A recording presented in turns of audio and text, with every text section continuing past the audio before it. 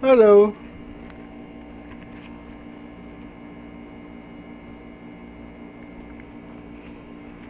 Naghikab pa, naghikab pa. Naghikab pa mga kasama at tinaantok na. Good morning, good morning, good morning. Uy, may bago, may bago. May buena mano. Ayun. Okay, magandang umaga po sa inyong lahat. Sino tong buena mano natin? Mag-type ka naman, buena mano. Sino ka bang buena mano ka? Magandang umaga po sa'yo. Magandang umaga. Dalawa na sila. Oh, di ba? Dalawa na. Magandang umaga po sa inyo, mga kapatid. Welcome to my vlog. Vlog daw eh. No? Magandang umaga sa inyo. Magandang umaga sa inyo. Kamusta ang araw ninyo? Arnel Mahilom Chavez, shout out po sa'yo. Kuya, shout out po sa'yo. Magandang morning. Magandang morning sa mga taga DMCI. Ayan. Naalala ko yung pinapabati ni Madam kahapon. Magandang umaga sa atin lahat. Magandang umaga po sa mga local brands ng Batangas. Lalo na kay kapatid na Melody Baringot at sa kanyang clothing line, di ba? Clothing business, yan. Shoutout po sa inyo. Tapos sa Vape Street, sa Jubail Vapors, sa mga vape shop po sa Baliwag, magandang umaga sa inyo. Shoutout po, shoutout. 4 na o 5 na. Mag-ano kayo, mag-message kayo, mag-comment kayo. Greet man lang kayo para makita ko yung kung sino yung nasa loob para mag-greet ko kayo, para ma-shoutout ko kayo. Hindi ko kasi makita kung sino yung mga nandito eh. Sino yung mga viewers? Diba? Shoutout po, shoutout. Ang pag-uusapan po natin ngayon, ang pag-uusapan po natin ay tungkol sa fire prevention and protection. Ito yung module 13 ng OSHA Construction. Okay? So sa mga hindi pa po pamilyar, Enteng Lawson, shoutout po. Sa mga hindi pamilyar, ito na po yung makikita, malalaman na natin. Good morning, Sir Idol, sabi ni Sir Enteng. Good morning po sa'yo. Magandang umaga. So, fire prevention and protection po siya. So, yan, tirahin na natin hanggat maaga-aga para mahaba-haba ang pahinga. Arnold Diaz, shoutout po.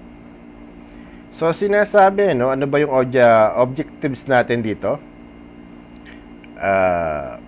Papaliwanag po natin dito kung ano yung fire. Paano paano na-initiate yung fire. Paano mape-prevent yung mga fires. Paano kina-classify yung fire? Ano yung classifications ng fire? Tapos, fire extinguishers, paggamit nito, ano ba yung mga nagpo-fuel sa fire? Bakit nagkakaroon ng sunog, di ba? So, sinasabi nga, fire is the most common industrial accident daw. So, kadalasan talaga itong fire o yung sunog, ito yung kadalasang nagiging number 1 na problema natin sa mga sites, lalo na kapag nasa construction tayo. Bakit ba nagkakaroon ng sunog kasi?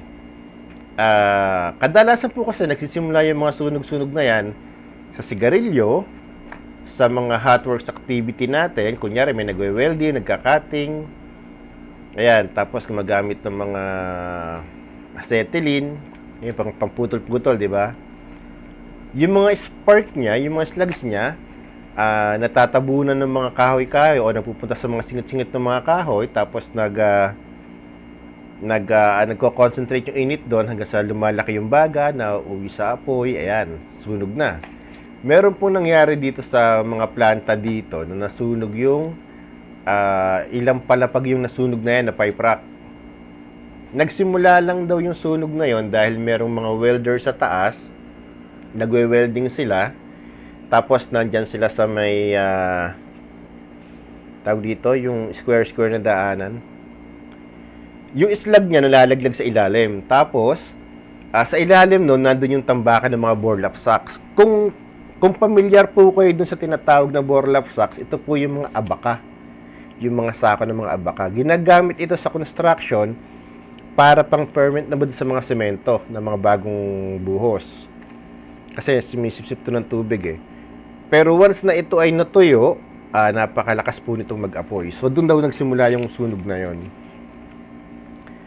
Tapos sinasabi din 300 workers per year lost their lives due to fire.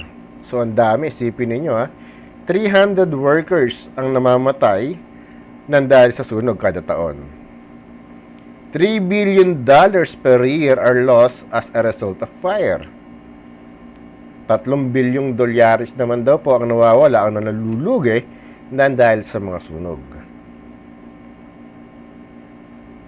No? Tapos, paano ba natin may iwasan daw to? Paano natin may iwasan yung fire? Paano natin may iwasan yung sunog? So, may iwasan po natin to mainly, o pinakamabisang paraan is, i-educate po natin yung mga tao. Ilonggo Survival, shoutout sa'yo. Oy, Utol J, shoutout sa'yo. Magandang umaga sa inyong lahat. So, paano natin na ma-educate ba yung mga tao? Paano ba natin sila matuturuan, di ba? Paano ba natin maiiwasan na magkaroon ng mga sunog-sunog sa mga site natin? Yun nga po sinasabi natin. Dapat i-educate natin yung mga tao, dapat turuan natin yung mga tao, ipaalam natin sa kanila yung mga tama at hindi tamang gawin para hindi magkasunog. Di ba? Good morning daw. Good morning. Oy, Ilonggo Survival, salamat. Good morning din sa'yo. So, ito na nga po yun, Ano ba yung definition daw ng fire? So, sinasabi nila, fire is a form of heat produced by a chain proportional chemical reaction of oxygen, fuel, and ignition or heat daw. So, hindi ba, ano ba yung natin? Dale Jane Angulo. Pa-shoutout po sa Renante. God bless sa inyo. Dale Jane Angulo. Jane ba? Jane Angelo. Yan. Shoutout sa'yo. Shoutout po. So, ano ba yung bumubuo sa fire? Sabi nila, oxygen, fuel, tsaka yung heat o yung ignition, di ba? Yung ignition source. So, ang tawag po natin dati dyan is fire triangle. Tama ba? Donald Rakita, shoutout sa'yo. So, fire triangle ang tawag natin sa kanya dati. Pero ngayon po, ano natawag natin sa kanya? Kasi nag-evolve na din siya, di ba? So, ano natawag natin sa kanya ngayon? May idea ba kayo kung ano natawag sa fire triangle ngayon? Fire triangle pa ba ang tawag sa kanya o hindi na? Ang tawag po sa kanya ngayon ay tetrahedron na. Bakit naging tetrahedron? J. Bupets, shoutout. Albert Repasa, shoutout. Mark Bin C. Panugaw, shoutout sa'yo. So, hindi na po siya part triangle ngayon, tetrahedron na po siya. Bakit siya naging tetrahedron? Kasi po, isinama na din po doon yung chemical reaction. So, ngayon, meron na tayong oxygen, may fuel, may heat, at yung chemical reaction. Kung dati fire triangle, ngayon po, tetrahedron na. So, ano ba yung chemistry ng fire? Yun nga yung sinasabi natin, Eric De Los Reyes, shoutout sa'yo. Ang chemistry ng fire, heat, fuel, oxygen. Yung fire triangle.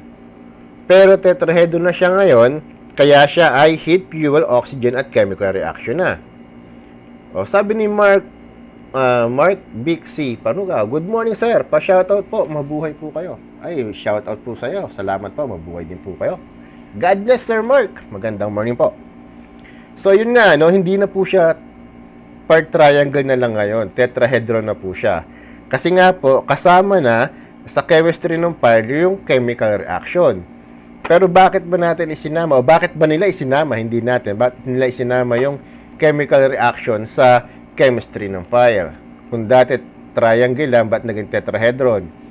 Kasi po, may mga chemical na ngayon na invento nila, ginawa nila, yung usok sa usok pa lang, yung fumes pa lang niya kapag ka nag-abot, nagbabangaya na, sumasabog na, nagkokos na ng fire.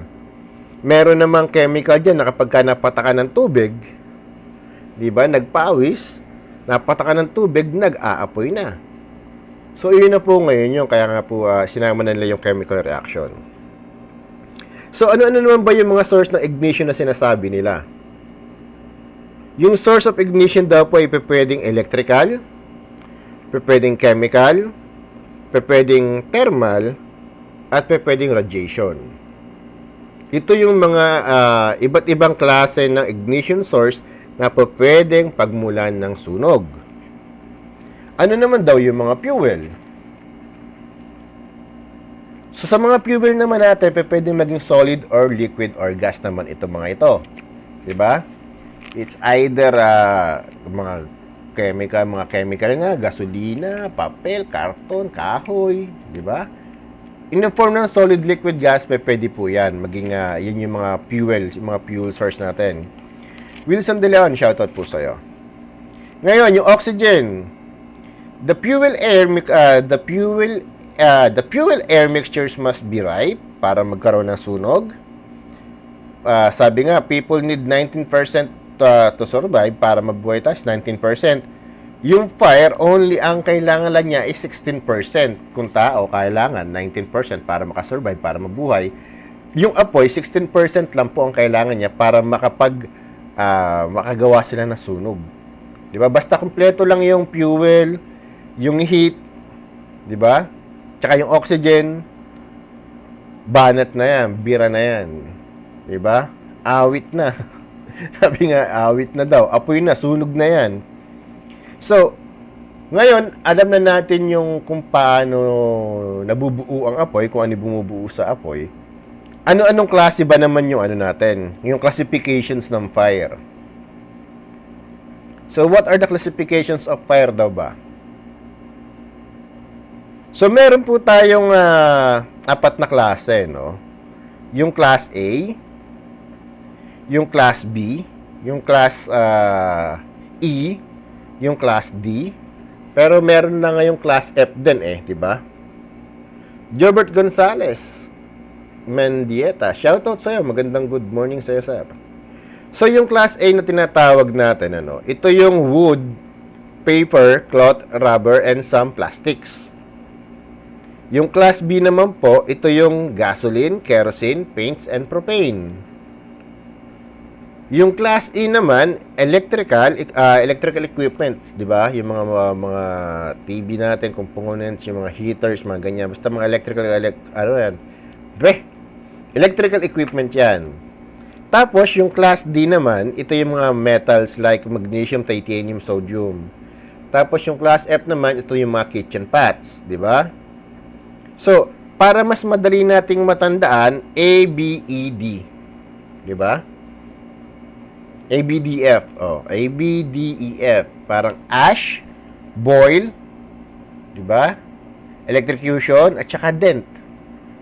Pag sinabi natin ash, yung mga naaabo, di ba? Wood, paper, di ba? Naaabo yan. Boil, ito naman yung mga liquids, yung mga gasoline natin, yung mga fuel natin, yung paints, yung oil, yung grease, di ba? E naman, yung electrocution natin, di ba? Kuryente. At yung D naman, yung dent, di ba? Yung mga bakal na nagyuyupe, di ba? Napupungi, sabi nila. So, sinasabi nila, class air fire, ordinary combustibles. Paano ba natin maiiwasan yung pagkakaroon ng sunog bunga ng class A fires? May idea ba tayo? May idea kayo mga kasama? Share nyo naman po. Paano natin maiiwasan yung sunog ng class A fire, yung ating mga wood, paper, cloth, rubbers, and plastics? Diba? So, sinasabi, preventive measures daw para hindi magkasunog ng class A o class A fire para hindi mag-start. Kailangan daw keep storage and working area free of trash. 'Di ba? Yung mga basura natin. Place oil rugs in covered containers.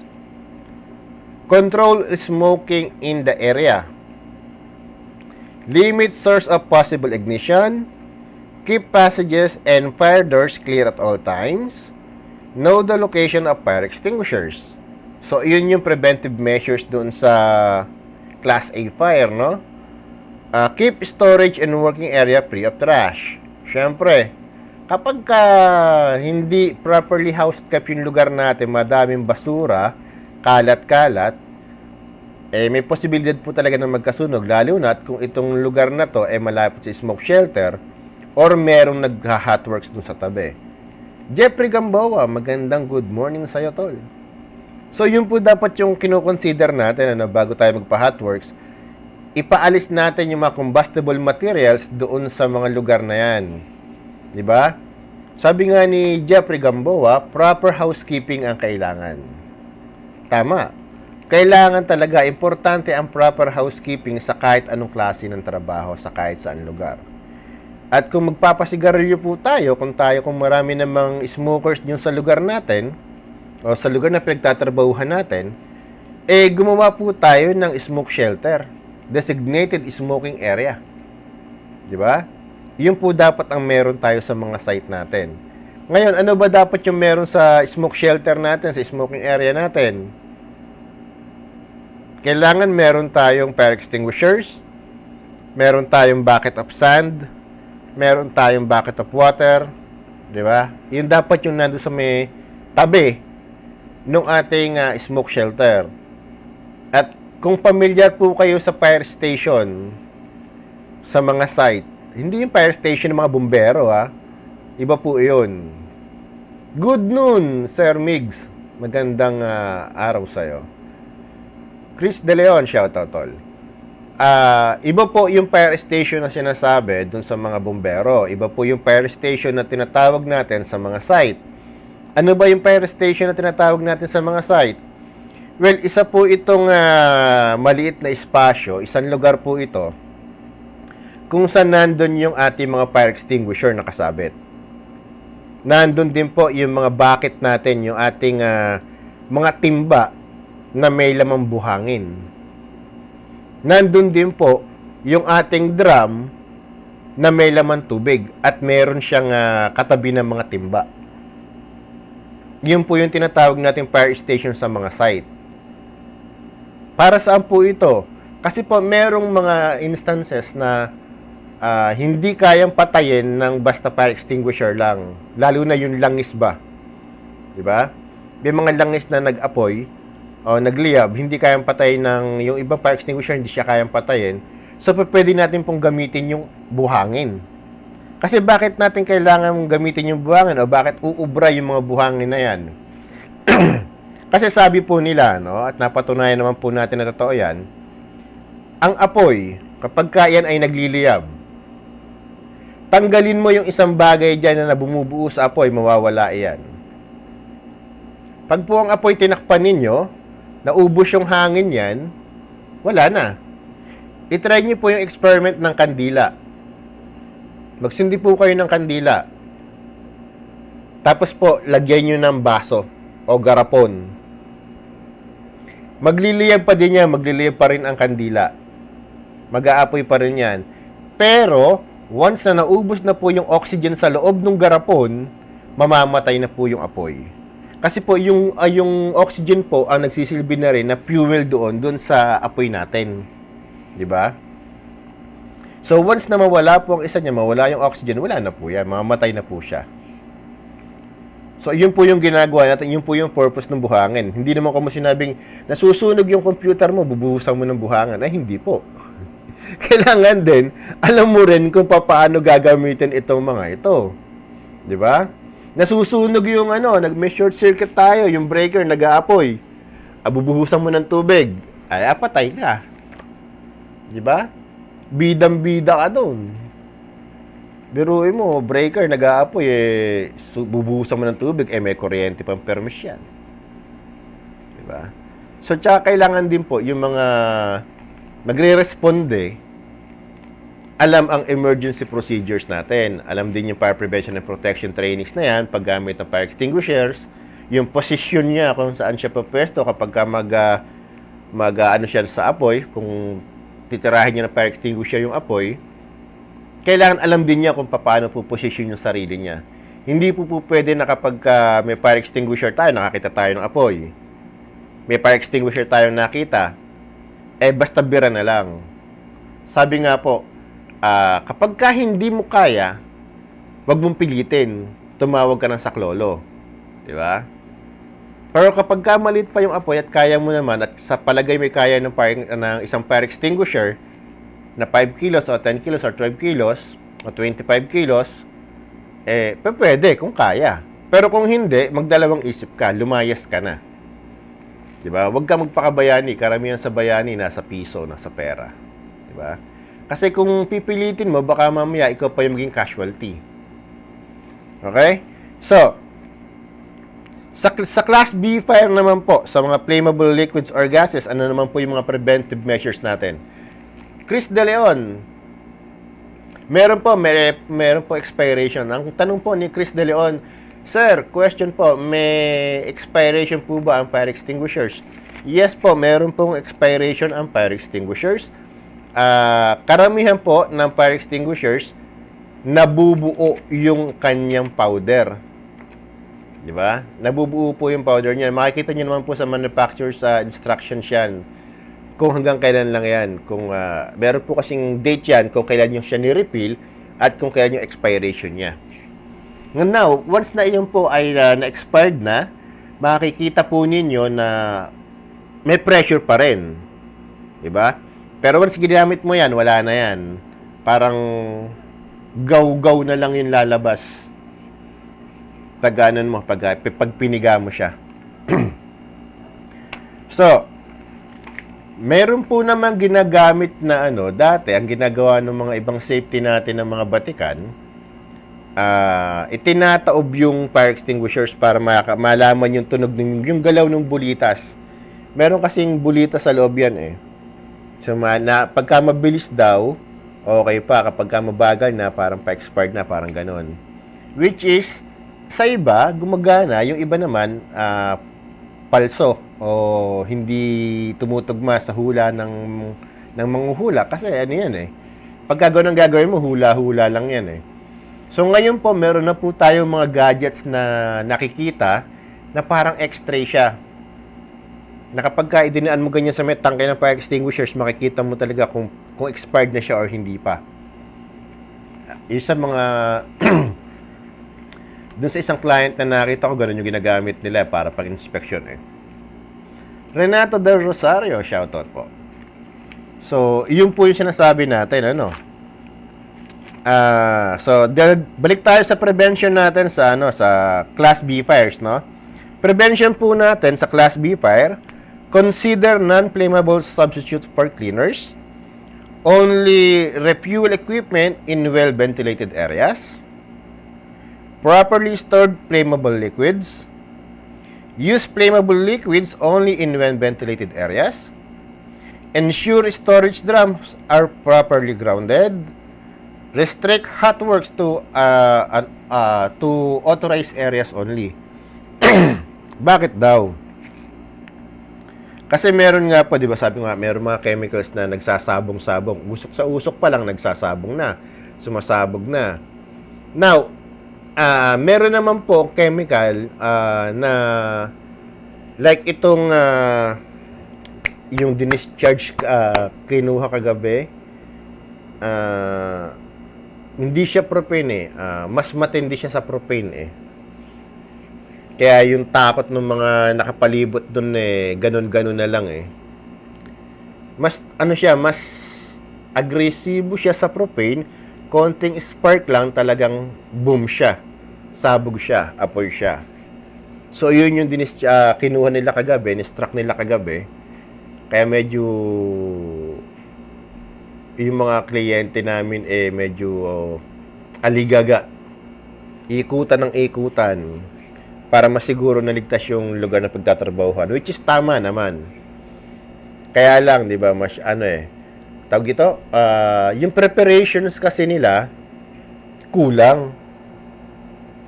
Ang liit nung area, tapos, ang liit nung area yung binarricade nila, tapos ang laki ng volume nung ini-extract nila. So, kapag may nangyaring aksidente, wag naman sana, di ba? Ubus-ubus pa rin, at saka planta siya. Wala man lang naka-standby ng mga bumbero in case na magkaroon man ng aberya, ma-extinguish ka agad. So, ganun po yun, ano? Dito naman sa Class C fire natin, sa mga electrical equipment po natin, preventive measures, inspect wiring and insulations frequently. Do not route wires under carpet or heavy objects. Ensure motors are kept clean and lubricated. Be alert on unusual odors. Investigate immediately. Ensure outlet and connections are not overloaded, sabi nga. Never misuse fuse. Look for correct ratings. Keep motors free of dust, excess grease, and excess grease, di ba? So, sa mga electrical equipments naman po daw natin, yun nga yung sinasabi natin kahapon doon sa electrical safety natin na training, iwasan po natin yung octopus wiring, iwasan natin yung paghila-hila lang basta sa kable natin, sa saksakan, kasi ugaling tamad na po yan, di ba? Bubunutin mo sa socket yung plug mo, sa lip na hawakan mo yung plug, hihilahin mo na lang, di ba? So, hindi natin mapapansin, hindi natin masasabi, baka mamaya, biglang paghila natin, hindi nabunot, yung dalawang wire nagdikit. Ubos tayo. Short circuit, sunog tayo. Yung iba naman po, ang ginagawa, pag punaputo ka ng fuse, nilalagyan ng palara. Di ba? Nilalagyan ng palara, binabalutan ng palara, tapos ilalagay uli yung fuse doon sa breaker. Yung iba naman, alambre na manipis, di ba? Yung iba naman po, nagtitipid, may saksakan tayo, ang gagawin, tatastasin yung dalawang dulo nung kable, isusuksok na lang. Di ba? Tapos yung iba naman, magkaiba yung watch, pilit na pinagagana. So, yun po yung mga pinamaaring pagmula ng sunog. Yung iba naman po, naiipit yung mga kable, yung mga extension natin, naiipit sa bintana, naiipit sa pinto, nadadaganan ng mga aparador natin, di ba? Nasa higaan natin. O yung nadadaganan ng paanong kama natin, yung mga kable na extension.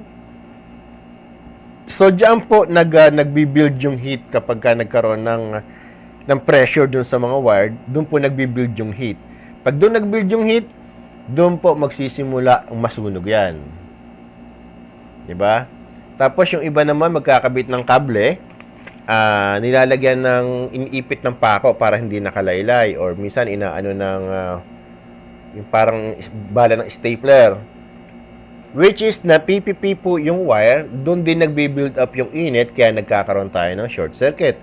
Doon din po nagsisimulang magkaroon ng mga sunog. So ano po yung na-advise natin? Dapat po iwasan natin to. At hanggat maaari, kung kaya din naman, mag-conduct po tayo ng mga electrical outlet inspection natin sa mga bahay-bahay. Hindi naman po kung sinabi natin na, sir, sa site lang natin ginagawa, yan, yung mga inspection na yan eh. Diba? Wag po nating isipin na dapat sa site lang o sa construction site lang, sa trabaho lang. Mas importante po na isipin nga natin na dapat ginagawa din natin ito sa sarili nating pamamahay para maiwasan nating magkaroon ng disgrasya at aberya sa bahay natin. Diba? Boots Boying Rehuso, shoutout po. Kasi isipin lang po natin mga kasama, no? Yung mga tao sa site, pinapangalagaan natin. Kung hindi natin kakilala, hindi natin kadugo, pinapangalagaan natin, bakit yung pamilya natin hindi natin mapangalagaan ng maayos? Diba? Sabi nga, bago sila, pamilya muna. Ikayo muna. Iligtas mo muna yung sarili mo para mailigtas mo sila. Kasi kung unsafe tayo, paano natin sabihin na safe sila? Diba? So, ano pa ba? Ayun, sinasabi din po dito para sa electrical fires, maintain machineries are properly maintained. So, yung mga equipment daw natin, dapat lagi yan, meron siyang inspection no? Actually, meron po tayong ginagawa dyan ng mga weekly, tapos monthly, tapos mas maganda kung before and after use, i-inspectionin natin niya para sigurado. Kaya lang siya, sabi nga ng production side, ubos oras. Tamang ubos oras pero secured ka naman. 'Di ba?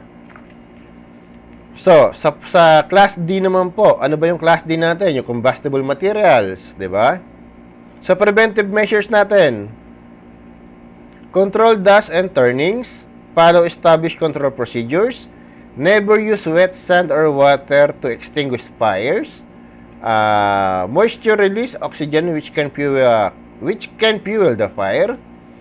Metal fires can burn up to 5,000 degrees. Okay. Metal fires can be extremely difficult to extinguish. Bakit daw po ba mahirap i-extinguish yung mga bakal? Di ba? Nakakita na ba kayo na nagbabagang bakal? Ay, salamat Sir Butch sa Boying Rehuso. Sabi niya, thank you sir for refreshing my electrical and fire safety. Welcome po. So, bakit ba daw mahirap patayin yung mga nagbabaga o yung mga nag-aapoy na bakal? Di ba? Pero sabi nga kasi, ako kasi mga kasama naniniwala ako, kung ano yung pinakamatagal mag-apoy, yan yung pinakamatagal apulahin kapag ka nag-apoy na. Gaya nga po ng bakal. Ang bakal, 5,000 degrees yata para mapagbaga mo siya. So, 5,000 degrees Fahrenheit para mapagbaga mo yung bakal. Tapos, pag napagbaga mo na, isinausaw mo sa tubig, nawala na yung apoy. Di ba? Pero ang tanong, wala na ba talaga? Ang sagot po dyan, pag sinabi nating wala na, ang sagot po is mali. Mark Crisanto Domingo, shoutout sa'yo. Bakit po mali? Kasi po, kahit sabihin natin na nagbabago o nag-aapoy na po yung bakal, isinausaw mo sa tubig, mawawala yung apoy. Mawawala sa ibabaw, yung sa ibabaw dyan, magbablock na siya, di ba? Akala mo okay na, wala nang apoy. Wala na yung apoy, wala na yung baga. Pero, sa inner core po niyan, sa kaloob-looban po ng bakal, nandun pa rin po yung init. Now, yung init po niyan, kaya pa rin po niyang magpasimula ng sunog. Akala lang po natin na wala na, pero napakatagal pong palamigin ng bakal pagka ito yung mga nagsipagbaga na, nagsipag-init na o nagsipag-apoy na. Ay mga kasama, pasuyo na lang po ako. Kung maaari lang po sana, paki-share yung live po natin, no? Para po makita nila. So, sinasabi din po, kapag ka tayo po ay magtatrabaho sa mga construction site o sa mga site natin, J.R. Joe Dominguez, shoutout po sa iyo. Kailangan, yung area na paggagawaan ng hotworks natin para hindi tayo magkaroon ng sunog, ay isolated. Di ba? Kailangan daw kulong. Sabihin na natin, okay, meron tayong hotworks activity ngayon. Yung mga basura, pinatanggal na natin. Yung mga kahoy, plastic, papel, yung mga karton, pinalinis na natin. So, okay na ba tayong magtrabaho? Okay na ba yung ginawa natin na pagpapalinis, yung pagpapa-housekeeping natin? Okay na ba? Pwede na ba tayong mag-start ng trabaho? So, ang sagot po dyan, hindi pa. Bakit hindi pa tayo pwede magtrabaho? Sir, pinalinis na nga po natin yung area. So, as a safety officer, titingnan po natin mga kasama, kung may permit sila para sa hotworks. Ngayon, kung may permit sila, ano ba yung nakalagay sa permit nila? Anong trabaho gagawin nila? Anong klase yung mga equipment na gagamitin nila? Yung tools na gagawin nila? Ngayon, kapag nandun naman nakita natin na, okay, magwe-welding naman to. Rodelio Niebres, shoutout sa'yo. Magwe-welding yung mga workers natin. Iba magka-cutting. Ano ba yung kailangan nating tingnan doon sa working area nila?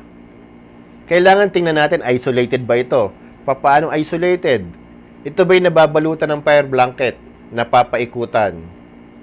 Brian Santos Marquez, shoutout sa'yo. Kailangan po itong ating lugar trabahuhan napapaikutan siya ng fire blanket. At yung fire blanket po na yan, dapat basa. Hindi po basta fire blanket na tuyo, na ikakabit mo lang na parang kortina, okay na. Kailangan po basa yung fire blanket natin. Bakit po natin binabasa yung fire blanket? Ano ang purpose? Ang purpose po niyan, para yung mga spark, pagka tumama doon sa fire blanket, mawawala na po agad yung baga nila. At hindi po siya hindi po siya ganun kadaling mag-penetrate doon sa sa fire blanket, di ba? Tapos kailangan din po kapag may hotworks tayo, meron tayong fire watchers. Yung fire watchers naman natin, kailangan po knowledgeable. Hindi basta kumuha lang tayo ng parang tambay sa kanto, itinayo natin sa gilid ng nagwe-welding, tapos siya na yung pinagsuot natin ng helmet ng Tagalog Joel, shoutout sa'yo. Siya na po yung pinagsuot natin ng vest natin, tapos tawag natin fire watcher na. Hindi po. Ang fire watcher po natin, idadaan pa rin po natin sa training yan. Tuturuan natin siyang mag-identify ng hazard. Diba? Tuturuan natin yan kung paano mag-summon ng mga emergency personnel. Diba? Tuturuan natin yan sa paggamit ng fire extinguishers.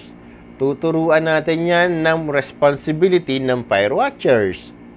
Now, ang fire watchers po, hindi po ito utusan ng mga welder at ng kahit na sino para sabihin na, kunyari ako, fire watchers ako. Fire watcher ako.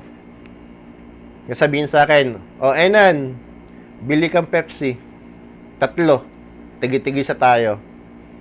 Diba? Enan, bili kang tinapay. Enan, kuha mo nga kaming tubig. Hindi po utusan si fire watcher. Kat Rodriguez, shoutout sa'yo. Si fire watcher po ay itinalaga para siguraduhin na hindi magkakaroon ng sunog doon sa lugar na pinagtatrabahuhan kung saan nagaganap yung mga hotworks. Ngayon po, si fire watcher, sinasabi nga, isa sa responsibilidad ni fire watcher na i-identify kung unsafe yung trabaho na ginagawa. Kung at risk ba yung mga nagtatrabaho sa loob. Now, kapag ka naman safe yung mga nagtatrabaho sa loob, natapos na yung trabaho, obligasyon po ni fire watchers o ni fire watcher, Luther de la Cruz, shoutout sa'yo. Obligasyon po ni fire watcher na manatili doon sa area na pinagagawaan ng 1 oras. Diba? Ng 1 oras para masiguro na walang spark na pwedeng magdulot o magpasimula ng apoy. Sabi kasi ni Buster, wala namang nabuhusan na namin ng tubig yan. Oo nga, nabuhusan nyo na nga ng tubig. Sigurado ba tayo na yung tubig na nabuhos ninyo tumama dun sa nagbabagang mga bakal-bakal? Diba? Kasi marami pong nadidisgrasya sa maling akala. Yung iba naman nagtitipid. Diba? So para po masiguro natin, yung fire watchers po, isa sa responsibilidad niyan is bantayan yung area na pinagagawa. Kahit nakaalis na po yung mga welder, kailangan yung fire watcher nandun pa din. Now, itong si fire watcher, hindi ko mo sinabi na fire watcher, nakaupo, nakatayo, nakatungo, di ba? Christian J, shoutout sa'yo. Wendell Yaso, shoutout sa'yo. Si fire watcher, hindi ko mo sinabi na walang ginagawa, nakaupo lang yan, wala siyang responsibilidad. Meron din pong responsibilidad yan. Kaya wag po natin sasabihin na ang kunin na lang natin yung mga tambay sa kanto na hindi marunong magbasa, mga walang ginagawa, walang training, gawin natin fire watcher. Para tipid, kasi uupo lang naman yan. Maling interpretasyon po sa pagiging fire watcher yung iniisip nila na yan. Ngayon po, hindi rin po naman obligado na si fire watchers nakatayo lang maghapon. Hindi po. Hindi ko po fire watcher kaya magtatatayo ka lang. Tagalog Joel, salamat. Naka-timing din ng attend. Thanks po in advance for knowledge sharing. Welcome po. Salamat din po. Yun nga, no? Pagka fire watchers ka, o fire watcher ka, dapat nga marunong ka rin nga mag-identify ng risk, ng hazard. Sanay ka gumamit ng fire prevention and protection equipment natin like fire extinguishers, itong bucket of sand, itong water. Alam mo kung at risk ba yung mga tao? 'Di ba? Alam mo kung paano iposisyon yung kasarili mo, yung katawan mo kung sakaling magkaroon ng sunog at i-extinguish mo yung fire. Kasi po mga kasama, no, isa po sa mga napapansin ko pagdating sa training, may nag-training ng fire extinguisher, ng paggamit ng fire extinguisher. Nagsindi ng drum.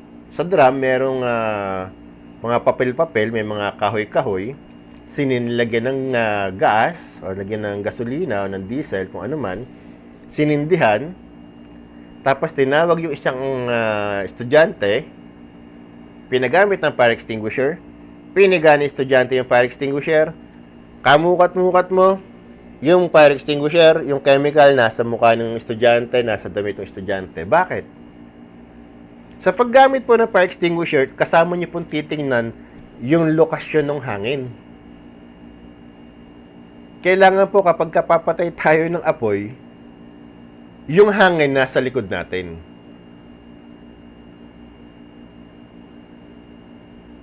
Sabi po ni Sir Mark Vic Parugaw, Sir, naka-encounter po ba kayo sa site nyo na minsan parang sadyang sirain ang mga tools and equipment para nga naman mapabagal ang production, minsan madalas makasira ay yung mga veteranong workers sa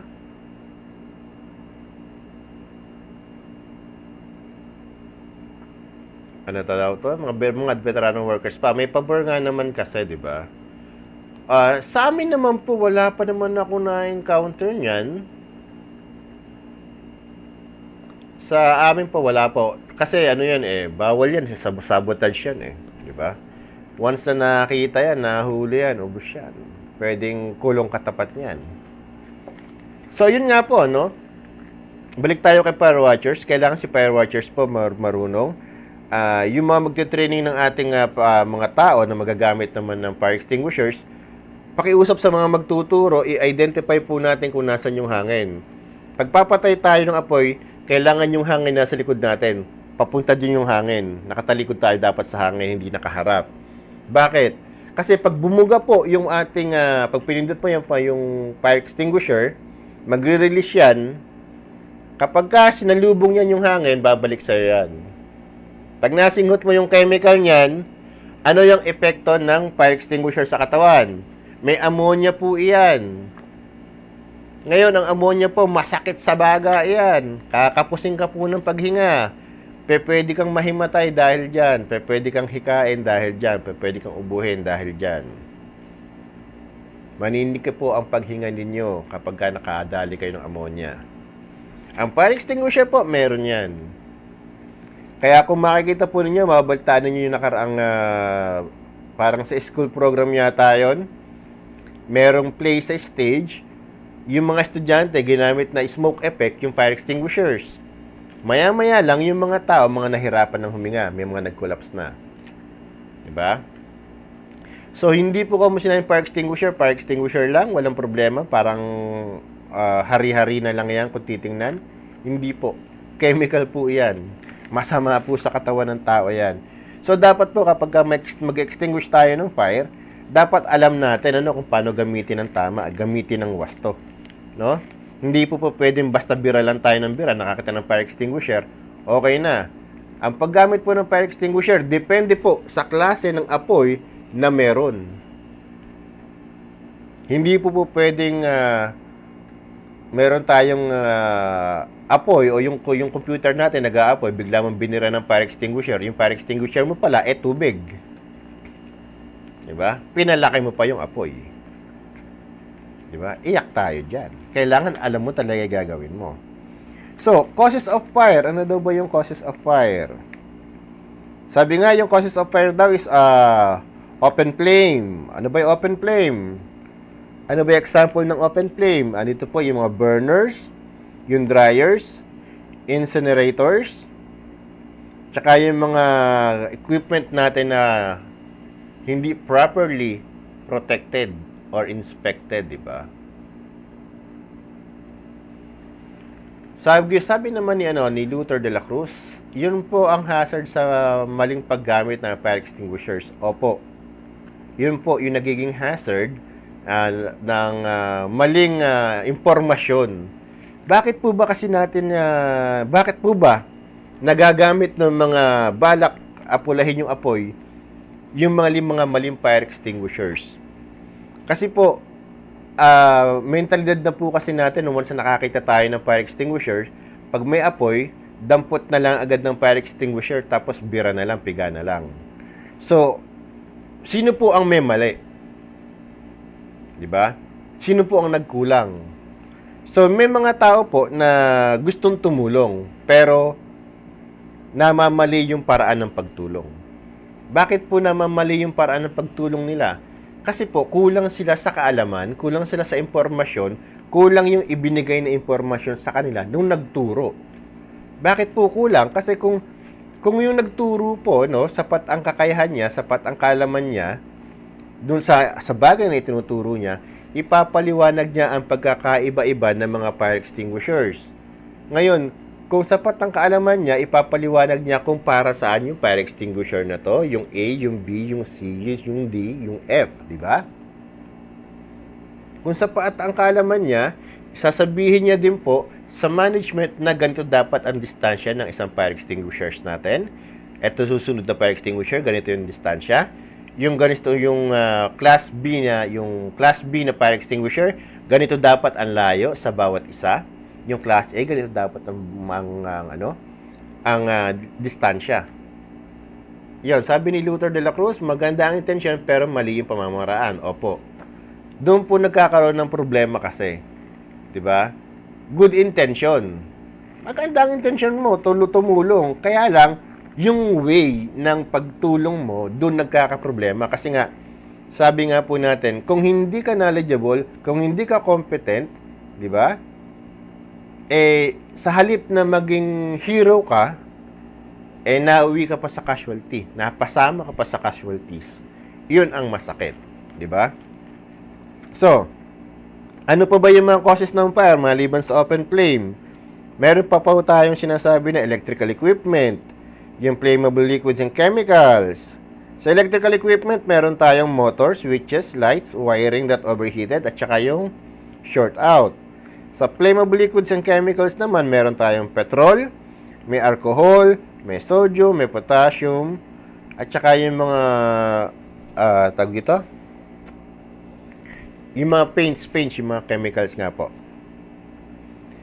Tapos, meron tayong spontaneous ignition. Ano ba yung spontaneous ignition? Small buildup of heat in piles and rubbish, oil rags, and damp waste. Spontaneous ignition. Ito yung mga, yun nga po, di ba kaya kailangan ng fire watchers na mag-stay na matagal? Akala mo wala na, pero unti-unting lumalaki yung apoy. Diba? Parang yung pag-ibig mo dati doon sa ex mo. Akala mo wala na, pero unti-unting nadidevelop hanggang sa nahulog ka na naman. Diba? Marupok ka kasi. Yun lang yun. Marupok. Pinapatawa ko lang kayo. Nababato na ako, nababato kayo. Okay, diba? So, ano pa ba yung sinasabi natin? Meron daw friction. Ano naman yung friction? Pag sinabi natin friction, objects or materials rubbing against each other. Diba? Nangyayari din po yan sa mga lifting. Friction din yun. Nagrarab yung dalawang sling. Diba? Nagiinit, nasisira, napuputol. Diba? Meron din po dyan yung mga kahoy sa kahoy, diba? Boy Scout, sino ang Boy Scout natin? Pag Boy Scout tayo, ginagawa natin, di ba? Nirarab natin yung kahoy sa kahoy, tapos nag-iinit siya hanggang sa magbaga. Ginagawa natin para sa camping. Di ba po? Ano pa ba? Smoking. Tapos, meron tayong hot surfaces, meron tayong portable heaters, welding and cutting, mechanical spark, static electricity, at saka, syempre, yung pinakamalakas is arson. Junmar Garcia Leones, shoutout sa'yo. Ano ba yung arson? Yung arson po ay yung sadyang panununog ng isang ari-arian, di ba? O isang property.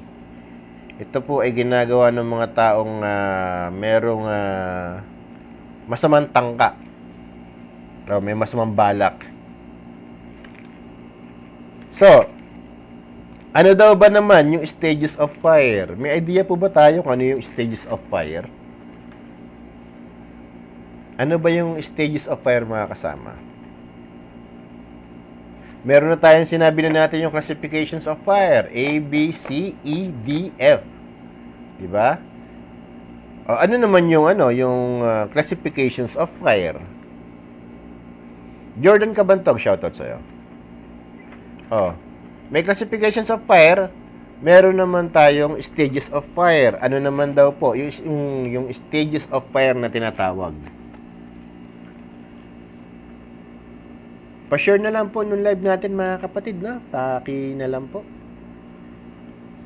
Excuse po. Pasensya na kayo sa akin kasi medyo antok at takaw-uwi lang. Magdamag gising, pagod, sobrang init. Ang init po kanina ay umabot sa 44 yata, 45. Oo, arson is a serious intention. Malicious intention yan. Oo. So, ano po yung tinatawag nating stages of fire? Kung may idea po kayo, mga kasama, i-share po ninyo sa atin kung sino ang may alam. Diba? Idea lang, huwag kayong mahiyang mag-share ng idea ninyo. Kung alam niyo yung bagay, share po ninyo. Wala namang masama yan eh. So, bigyan natin ng isang example, ano? Incipient stage. Ano ba yung incipient stage? Ito daw is yung no visible smoke, flame, or significant amount of combustible particles are generated over a period of time. Incipient, nagsisimula pa lang mag-init yung apoy. Diba? Yellow, normal, nasugpo na po. Red, or rescue stage pa po. Incipient growth, fully developed, and decay, sir. Ayun, galing, di ba? Sabi ni June Marliones, incipient growth, fully developed, and decay. Husay, di ba? So, meron tayong incipient, meron tayong smoldering stage, meron tayong flame stage, meron tayong heat stage, di ba? So, doon na nga pumapasok kung sinabi ni June Mar. Di ba? Incipient, nagsisimula. Yung growth, ito na yung nag-aapoy na siya. Yung fully developed, ito na yung apoy na talaga siya. Yung decay, ito na yung paabo, pahina na siya, pawala na. Diba?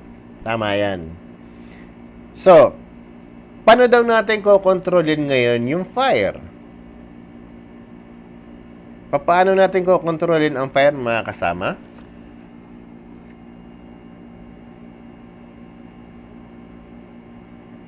Idea po, idea. Huwag kayong mahiyang magbigay ng idea sa atin. Sagot-sagot lamang po. Di ba? Shoutout po sa lahat ng bagong pasok. Huwag po kayong mahihiya. Pinag-uusapan po natin ay tungkol sa apoy. Ito po ang Module 13 of 22 ng ating OSHA Construction Industry. Ito naman po pinag-uusapan natin. Paalala ko po sa inyo, no? Yung pinag-uusapan po natin ay dagdag kaalaman lamang. Kung gusto niyo po magkaroon ng certificate or gusto niyo pumasok ng training, mas maganda po para makakuha kayo ng certificate, 'di ba? Yung sa atin naman po ay binibigyan lamang natin kayo ng dagdag kaalaman para in case na magte-training kayo, hindi po kayo mangangapa kung ano yung pag-uusapan ninyo o kung ano yung pinag-uusapan. At least may idea na kayo, di ba? So, ito nga po pala yung ginagamit natin na na libro. Yan. Ito po yung libro ng ating training center dati, ang Triple C. Ang ganda, di ba? Ang liit lang yan, sandangkal. Junmar, kaya mo ba yan? Di mo kaya yan, ano? Wala ka yan, no? Pag umipo natin, magpapagawa tayo ng ganito at ipapamigay po natin sa mga may gusto, sa mga bibisita sa training center natin. Hindi nyo naman kailangan mag-training eh. Bumisita lang kayo kasi nagkakandak naman tayo ng pre-trainings talaga eh. Pagka may schedule, edi punta kayo kung gusto ninyo, di ba? Yun nga lang, Bulacan, kung gusto niyo puntahan. Pero kung yung mga taga Tugigaraw nga nakakapunta sa akin eh. Taga Cavite, taga Batangas nakakapunta eh. Yung taga Manila pa kaya, di ba? Yun nga taga Iligan nakapunta sa akin, yung taga Mindanao, di ba? Tapos yung taga Manila, layong-layo eh. Anyways, so continue po tayo. Control of fire. Para daw makontrol natin yung fire, kailangan natin yung starvation. Paano natin magagawa yung starvation? Okay, starvation by removing combustible materials from the neighborhood of fire. Tapos, removing the fire from the neighborhood of combustible materials by subdividing the burning materials. Wala eh. Wala akong soft copy, J. Bupets eh. Mungulagdan, Joanna Makapugal, shoutout sa'yo. Magandang araw. Wala po tayong soft copy nito eh. Sa Baliwag po, Baliwag po. Sa Baliwag po yung training center natin. Doon po siya located.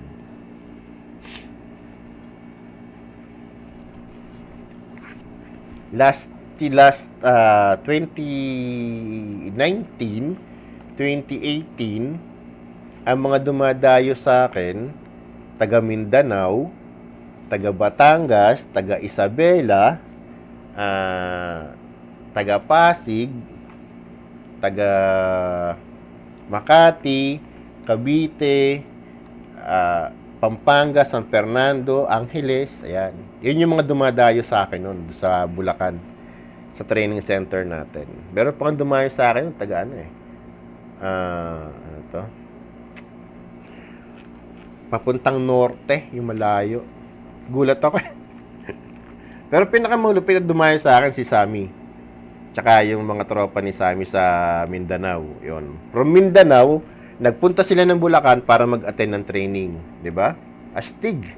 Kaya nyo ba yun? Di nyo kaya yun, ano? So, sinasabi nga, sa starvation, kailangan tanggalin natin yung mga combustible materials. Kunyari, nakita natin na meron ng nag-aapoy. Diba? Na nasusunog na siya. Kunyari, yung lamesa o yung mga bookshelves. Kung kaya natin tanggalin yung iba pang mga papel-papel, libro, karton, dyaryo, kahoy na hindi pa naman nag-aapoy, tanggalin natin.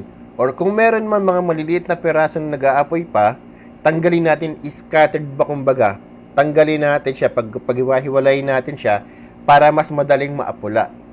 Kasi sabi nga nila, once na malaki na yung apoy, mahihirapan na tayong iapula ito, mahirap ng patayan. Ngayon, kung ikakalat natin siya, yung mga maliliit na part, pwede natin patayin na yung mga yan para mas madali natin makontrol yung mas malaking apoy. Sabi ni Junmar, pengi daw siya, o punta ka sa akin sa Bulacan, pag uwi ko, bibigyan kita. Diba? Walang LBC sa akin. Hindi sa akin uso yung, sir, papadala ko na lang sa'yo yung pangpa-LBC. Diba? Ayaw. Tapos, meron tayong tinatawag na smoldering. Ano ba yung smoldering? Sabi sa smoldering, prevent or impede the access of fresh air onto the seat of the prevent or impede the access of fresh air to the seat of fire by blanketing or by using form of cloud of dry chemical. Diba? Sabi nga kasi, diba, heat, fuel, air, chemical reaction. Tanggalin mo ang isa, walang apoy. So, may nag-aapoy siya. Lagyan mo ng blanket ng towel na basa. Mawawala yung apoy. Bakit? Kasi nakontrol mo na po yung air. Tingnan mo po yung mga tao na nasusunog yung damit, di ba? Binablanketan lang siya. Takpan mo siya. Mawawala yung apoy. Uy, Jomel! Shoutout sa'yo, kapatid na Jomel Landicho. Shoutout sa'yo. Kamusta ka na ba? Jomel! Jomel, kapatid, kamusta? So, sinasabi din, meron din isa pa na, yung sa control of fires, itong cooling. Sa cooling daw, application of jet or spray of water for a fire. So, yun nga, itatapatan mo ng tubig or fire extinguisher yung para lumamig. Maglamig siya para mawala yung apoy. So, ito nga yung controls of fire, ano? Starvation, smoldering, at saka yung cooling. Now, how to extinguish small fires? Sabi nila, pagka Class A fires or ordinary combustible materials, okay naman ako tol, okay lang ako. Pero uuwi na ako sa August, baka may alam kayong bakante dyan ha. Baka lang naman. Boyet Burton Slam, shoutout sa'yo. Saan kita samahan? Saan kita samahan kapatid na Jomel? Kukunin mo na ba ako dyan sa project mo? Pwede rin, assistant mo na lang ako, sige. Hindi mo na ako choose sa trabaho eh. Kahit tagapulot lang ako ng upos ng sigarilyo sa smoke shelter, okay lang. Trabaho ko naman data yun eh. Tapos sinasabi din ito nga, class air fire or combustible materials. Point the extinguisher agent on the base of fire. Do not attempt to put out the flames. Cool the materials below its ignition temperature. Soak materials to prevent reignition. Establish a fire watch to ensure no ignition occurs. Use water, foam, or multi-purpose dry chemicals. Pagka ordinaryong materials lang daw to. No? Pagka ordinary materials, yun ang gagamitin natin.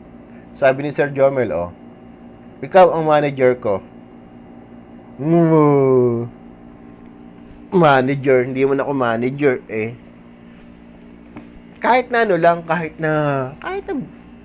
Kahit officer nga lang pwede basta may trabaho pag uwi ko eh. Sir, may available po ba yan sa OSH training yung book na hawak mo now? Ay, Al-Kidid, wala pong ganito sa OSH Center kasi po, ito pong libro na to, along nung mga libro na ginawa natin, ay extra ko lang kasi nagtanong si Sir Al-Kidid eh. Ito pong libro na to, sir, itong Ocean na to, at saka ito pong mga libro na to, yan, ito,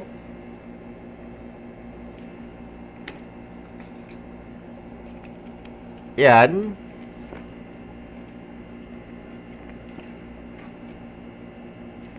yung pong mga libro na pinapakita natin na yan, wala po kayong mabibilhan, wala rin po kayong makukuhanan, wala kayong makikitang ganyang klase na libro sa kahit saang bookstore.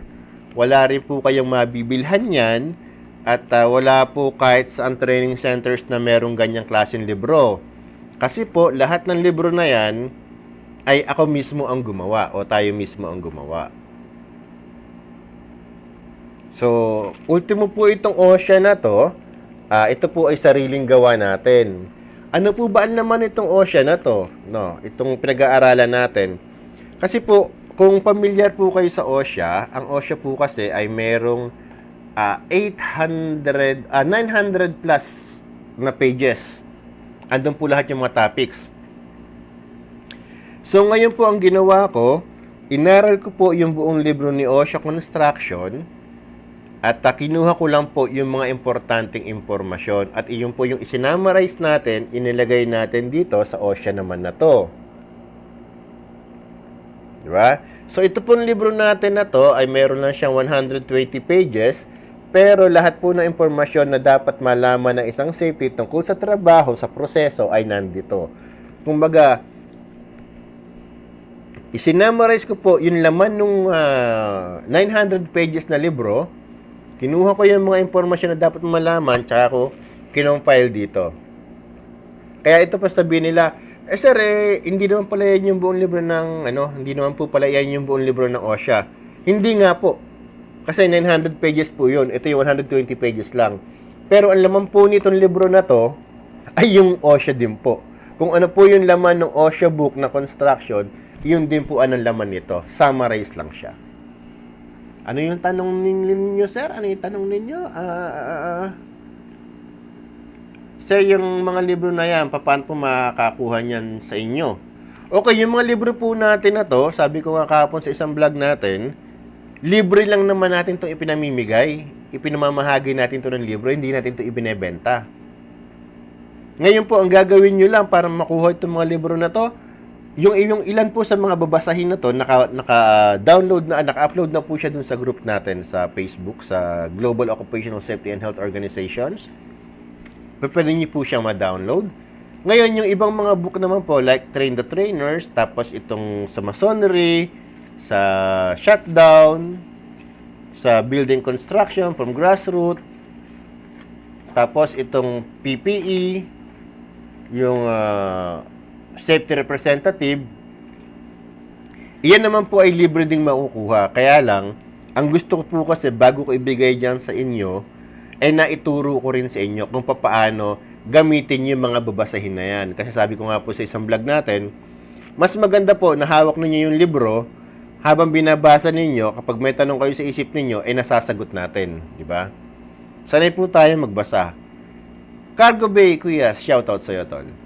Sanay po tayo magbasa, sanay tayong umintindi. Kaya lang, kapag meron tayong nakita na hindi pamilyar, naguguluhan tayo, kanino po natin itatanong. Di ba? Mas maganda po na magkakasama tayo, harap-harapan, dinadaan natin sa training yung topic na yan. Tapos, pag-usapan natin yung nilalaman ng libro, di ba? Sabi ko nga, yung training, wala naman kayo dapat ikabahala. Ang sagot nyo lang, pagkain ninyo. Libre lang po yung training na gagawin natin patungkol sa mga babasahin na yan. Yun po ay kung makakapunta kayo sa training center natin sa Bulacan, di ba? So, Class B tayo. Sa Class B fires naman tayo para sa how to extinguish small fires. So, sabi nga, point the fire extinguisher agent in the base of the fire. Do not attempt to put out the flames. Attempt to prevent oxygenation of the fire. Close solvent tanks lid. Sabi niya, know that the fire may flame up momentarily. Use foam, carbon dioxide, or dry chemicals. Para po ito sa mga liquid fires. Okay? Federico Pendon, shoutout sa'yo, Master. Romanic Lanzuela, shoutout sa'yo. Sabi ni Junmar, pa-avail daw siya. Hindi nga binibenta, Jun. DJ, shoutout sa'yo. Manako Anita, shoutout po. Kailan po? Pag uwi ko po, muna ako, Anita. Pag uwi ko po, magkakandak po tayo ng mga pre-seminars sa Bulacan. Libre naman po talaga yan. Dati na po natin ginagawa yan. Yun po. Magkakandak po tayo ng pre-trainings. Tapos, sasama po natin ipamimigay yung mga libro. Di ba? Federico Pendon, watching here in Alaska. Ang lamig-lamig dyan sa Alaska. Feel ko ba? Parang masarap kumain ng halo-halo. Shoutout sa'yo, kapatid na Federico. Bumalik ka na dito, di nakagalit. Bilis. Tapos po yung Class C fire, paano daw natin mape-prevent yung sunog sa Class C fire? Class C fire po, ito yung mga electrical equipment natin, ano? Extinguishing agent cannot conduct electricity. Disconnect power to the source. ASAP po yun. Ensure the extinguisher does not make contact. Do not attempt to use water-based extinguisher. Electrical fires can affect circuit downstream. Cargo Bay, shout to sa'yo. Good morning. So, pagka po meron tayong mga sunog, sabi nga po natin, kapag ka ikaw ay safety, dapat maalam tayo sa lahat ng bagay. Now, kapag ka may sunog at ikaw ay nataranta, maaari pong mas magkaroon ng disgrasya. Kailangan po, kalmado lamang tayo, no?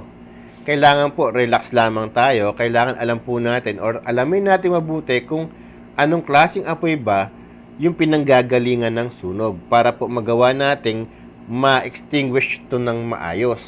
Di ba po? Ngayon, sabi nila, how to select fire extinguisher?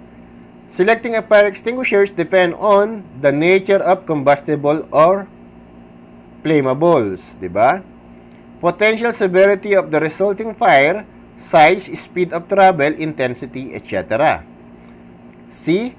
Effectiveness of the extinguisher on the type of materials. D.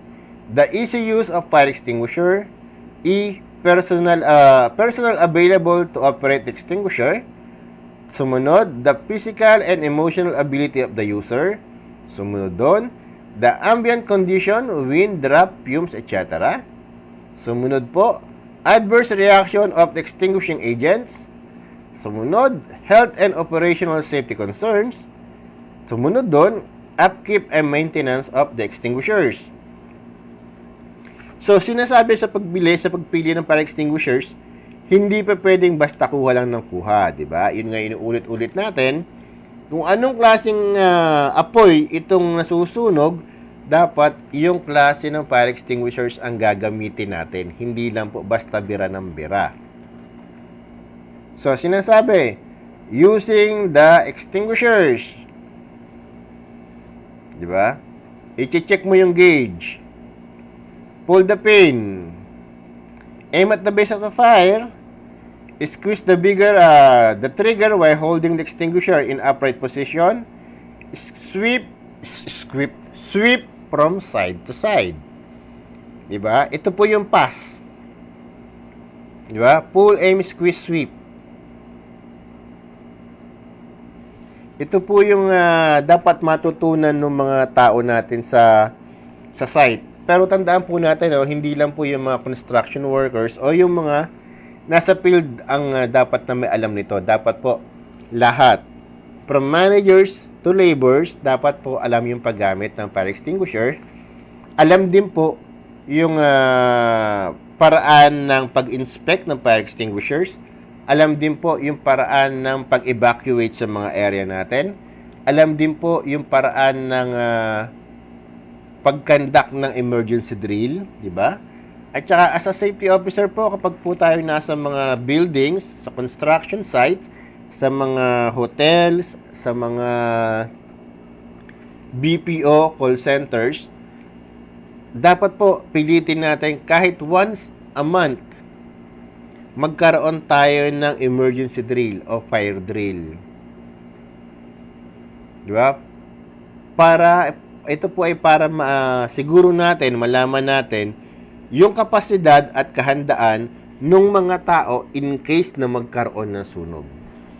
At wag po natin kakalimutan mag-conduct ng training sa paggamit ng mga fire extinguishers o ng iba pang mga fire prevention materials po natin. Diba? Ngayon po sa mga buildings naman, ang kadalasan makikita lang natin dyan is itong mga fire extinguishers lang eh.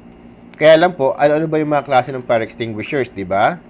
Dapat pamilyar po tayo dyan. At titingnan din po natin as a safety officer, i-inspectionin po natin kung expired na ba ito, kung may sira ba to, kung gumagana pa ba yung gauge nito, yung hose ba nito yung gumagana, ito ba'y depressurized na o hindi pa, di ba? Pag ba meron tayong fire extinguisher sa loob ng opisina natin, sa loob ng building natin, okay na ba? O kailangan pa natin kumuha ng fire blanket? Kailangan pa ba natin magkaroon ng fire point station? Kailangan pa ba natin magkaroon ng bucket of sand? Kailangan pa ba natin magkaroon ng bucket of water? I-risk assess mo po. Bilang safety, gumawa ka ng risk assessment mo. Diba? Gumawa ka ng hazard assessment, gumawa ka ng risk assessment, tingnan mo kung ano yung mga kailangan ninyo. Iyon ang i-provide mo. Diba? Tapos yung mga tao nga po, panatiliin nating knowledgeable, updated sila sa mga issue na nangyayari. Diba? Doon sa kung ano yung bagong trend ng mga fire extinguishers, kung meron bang bagong posisyon na dapat gawin kapag kapapatay ng apoy, ituturo po natin sa kanila, kailangan updated din sila. Diba? So, at bilang isang safety naman po, bilang isang safety officer, siguraduhin po natin bago tayo magtrabaho or kung ang ating kumpanya ay merong isang project na gagawin or magtatayo tayo ng building o magtatayo tayo ng construction site, as a safety officer, kailangan po alam natin kung gaano ang distansya ng bawat fire extinguishers. Kung gaano kataas ito dapat nakalagay, saan ba ito dapat nakalagay, kung gaano ang pagitan ng bawat isa, di ba? Kunyari, may water tayo, may powder tayo, may dry chemical tayo. Gaano kalayo yung distansya ng bawat isa? Sino-sino ba dapat yung magkasama sa isang sabitan? Yung magkakatabi na fire extinguishers, di ba? Kailangan po alam natin. Kasi po, wag nating wag nating isipin na kapag ka nagkasunog palaging papel lang ang dahilan. Ngayon, kung ang papel lang ang dahilan, pwede na po natin gamitin ang tubig, di ba? Paano po kung kuryente ang dahilan? Pwede bang gamitin ang tubig? Tapos, ang nandyan lang sa'yo is yung fire extinguisher mo is ano lang siya, water lang siya. Ubus na. Tapos, ang sasabihin mo, yung dry chemical natin o yung powder natin is wala dito. Nandun sa kabilang kanto. Ang layo pa ng tatakbuhin natin, di ba? Yun po yung sinasabi natin na kailangan handa tayo. Kailangan anticipated na natin yung maaaring mangyari at yung mga dapat nating gawin kung may mangyayari na aksidente. Di ba? So, ano pa ba yung hindi natin napag-uusapan? Wala na. Yun na lamang po siya. At, yun na, wala na pa ng ano. So, bukas po, module 14 tayo. Hand and power tools naman ang pag-uusapan natin. Konti na lang. Tapos, confined space entry na. So, hanggang dito na lamang po mga kasama. No? At maraming salamat po. Ito po si Kasamang Renante. Nag-iiwan sa inyo ng isang maganda at ligtas na araw. Ako'y naantok na rin. So, maraming salamat po sa pagpunta at sa pakikinig. At pakishare na lang po yung live natin kung maaari. No? So, hanggang sa muli po. Ingat po tayong lahat. God bless.